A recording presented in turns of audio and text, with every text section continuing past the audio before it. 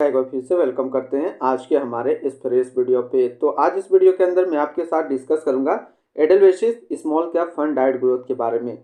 इसमें मैं आपसे डिस्कस करूंगा कि जो एडेलवेसिस स्मॉल कैप फंड डाइट ग्रोथ है, इसने पिछले 1 साल, 3 साल या फिर एनुअल रिटर्न क्या दिया है, आज के डेट में इसका एक एनएवी का प्राइस क्या है, ये कितने स्टार रेटिंग म्यूचुअल फंड है, इसमें मिनिमम एसआईपी अमाउंट आप क्या लगा सकते हैं और इसका फंड साइज क्या है।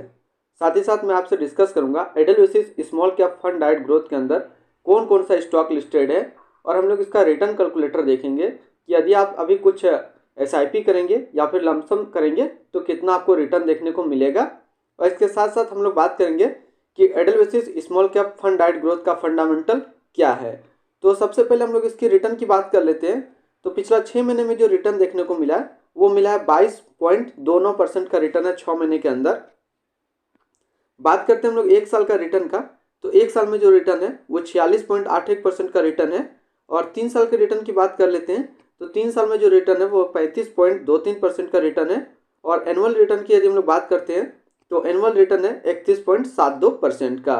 ये तो था सबसे पहले हम लोगों ने देखा इसका प्रीवियस रिटर्न। अब हम लोग इसके बारे में कुछ फंडामेंटल और बात करते हैं, जैसे कि आज के डेट में इसका एक एनएवी का प्राइस है 39.27 रुपया। और इसकी हम लोग रेटिंग की बात करें तो ये 4 स्टार रेटिंग म्यूचुअल फंड है। इसमें मिनिमम एसआईपी अमाउंट आप 100 का लगा सकते हैं और इसका जो फंड साइज है वो है 3002 करोड़ का। अब हम लोग इसमें बात करते हैं, मान लीजिए आप इस म्यूचुअल फंड के अंदर कुछ पैसा मंथली इन्वेस्ट करेंगे, जैसे कि मान लीजिए हमने माना 5000 रुपया पर मंथ यदि आप इस म्यूचुअल फंड के अंदर इन्वेस्ट किए हुए होते, क्योंकि ये जो डाटा है ये प्रीवियस डाटा है, आगे पीछे हो सकता है। 6 महीने में जो आपका पैसा जमा होता वो जमा होता 30,000 रुपया, आपको मिलता 32,919 रुपया। यानी कि 6 महीने में यदि रिटर्न देखें तो लगभग 10% के आसपास रिटर्न देखने को मिलता। 1 साल के ऊपर बात करते हैं तो 1 साल में जो आपका 60,000 रुपया जमा होगा और मिलता 72,654 रुपया, 21% के आसपास ज़्यादा। 3 साल की बात कर लेते हैं तो 3 साल में जो आपका पैसा जमा होगा वो जमा होगा 1,80,000 रुपया, आपको मिलता 2,69,567 रुपया, यानी कि 50% के आसपास ज़्यादा। अब हम लोग बात करें, यदि आप इस म्यूचुअल फंड के अंदर 1,00,000 रुपया एक बार में डाल दिया तो 6 महीने बाद जो आपका 1,00,000 रुपया है वो 1,10,585 रुपया होता। 1 साल के बाद आपका ये 1,00,000 रुपया 1,46,810 रुपया होता। और हम लोग बात करें यदि 3 साल इसी पैसा को छोड़ देते हैं तो 3 साल में 1,00,000 रुपया 2,47,297 रुपया हो जाएगा। अब हम लोग इसमें कुछ और फंडामेंटल इसकी बात करें, इसके अंदर यदि हम लोग स्टॉक की बात कर लेते हैं तो इसके अंदर जो टोटल स्टॉक लिस्टेड है वो 75 स्टॉक लिस्टेड है। अगर हम इसमें टॉप 10 के ऊपर बात करते हैं तो टॉप 10 में पहला नाम आता है बिरला सॉफ्ट लिमिटेड, दूसरा है काई इंडस्ट्रियल लिमिटेड, तीसरा है JB chemical and pharmaceutical limited, चौथा अजंता फार्मा लिमिटेड, पांचवा यूनो मिंडा लिमिटेड, छठा Westlife Foodworld limited, सातवां एपीएल अपोलो ट्यूब्स लिमिटेड, आठवां सेंचुरी प्लाईबोर्ड्स इंडिया लिमिटेड, 9वां है भारतीय डायनामिक लिमिटेड एंड 10वां persistence system limited. Sector wise बात कर ले तो बिरला सॉफ्ट लिमिटेड टेक्नोलॉजी पे आती है, काई इंडस्ट्रियल कैपिटल गुड्स के अंदर आती है, JB chemical and pharmaceuticals health care के अंदर आती है, अजंता फर्मा हेल्थ केयर के अंदर आती है, यूनो मिंडा ऑटोमोबाइल्स के अंदर आती है, Westlife Foodworld Limited service के अंदर आती है। बात करें अपोलो टायर्स का तो मेटल्स एंड माइनिंग के अंदर आती है। सेंचुरी प्लाईबोर्ड्स की बात करें तो कंज्यूमर स्टेप्स में आते हैं। भारत डायनामिक की बात करें तो कैपिटल गुड्स के अंदर आती है। और प्रजिस्टेंस सिस्टम की बात करें तो टेक्नोलॉजी के अंदर ये आती है। ऐसे अभी हम लोगों ने डिस्कस किया टॉप 10, लेकिन ऐसे इस म्यूचुअल फंड के अंदर जो टोटल स्टॉक लिस्टेड है वो 75 स्टॉक लिस्टेड है। अब हम लोग इसमें कुछ और बात कर लेते हैं, जैसे हम लोग बात करेंगे होल्डिंग एनालिसिस के ऊपर में। तो इसमें हम लोग होल्डिंग एनालिसिस की यदि बात करें तो इक्विटी पे जो है 98.2% है, डेबिट पे है 2.3%। अब इक्विटी सेक्टर वाइज एक लोकेशन हम लोग देखिए तो अदर्स पे है 21.1%, फाइनेंशियल पे है 17.5%, कैपिटल गुड्स पे है 16.6%, हेल्थ केयर पे है 12.4%, कंस्ट्रक्शन के क्षेत्र में 11.6%, कंज्यूमर स्टेप्स के क्षेत्र में 7.4%, सर्विस पे 7.1%, टेक्नोलॉजी पे 6.3%। अब हम लोग बात करते हैं इसकी मिनिमम इन्वेस्टमेंट अमाउंट के ऊपर में। अगर तो इसमें यदि आप फर्स्ट टाइम मिनिमम इन्वेस्टमेंट करना चाहेंगे तो 100 रुपया का कर सकते हैं। सेकंड टाइम जो इन्वेस्टमेंट है मिनिमम वो 100 रुपया का भी कर सकते हैं। मिनिमम यदि आप एसआईपी करना चाहते हैं तो मिनिमम एसआईपी आप 100 रुपया का भी इसके अंदर कर सकते हैं। अब हम लोग रिटर्न एंड रैंकिंग के ऊपर बात करते हैं। तो हम लोग जो देखेंगे एनुअल रिटर्न देखेंगे, एब्सोल्यूट रिटर्न नहीं देखेंगे। तो एनुअल रिटर्न की बात कर लेते हैं हम लोग। तो 6 महीने का डाटा अभी अवेलेबल नहीं है। एक साल में जो रिटर्न है इस ये फंड 46.8 का है, 3 साल में 35.2 का है, और एनुअल बात करते हैं तो 31.7 का है।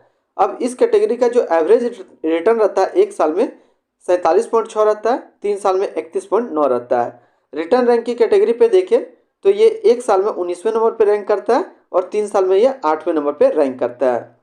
अब यदि इसी के आसपास यदि हम लोग सिमिलर फंड्स देखें तो इसके आसपास जो सिमिलर फंड्स है वो है Nippon India small cap fund डाइट growth, bank of India small cap fund डाइट growth, ICIC Prudential small cap fund diet plan growth, axis small cap fund डाइट ग्रोथ और कोटक स्मॉल कैप फंड डाइट growth.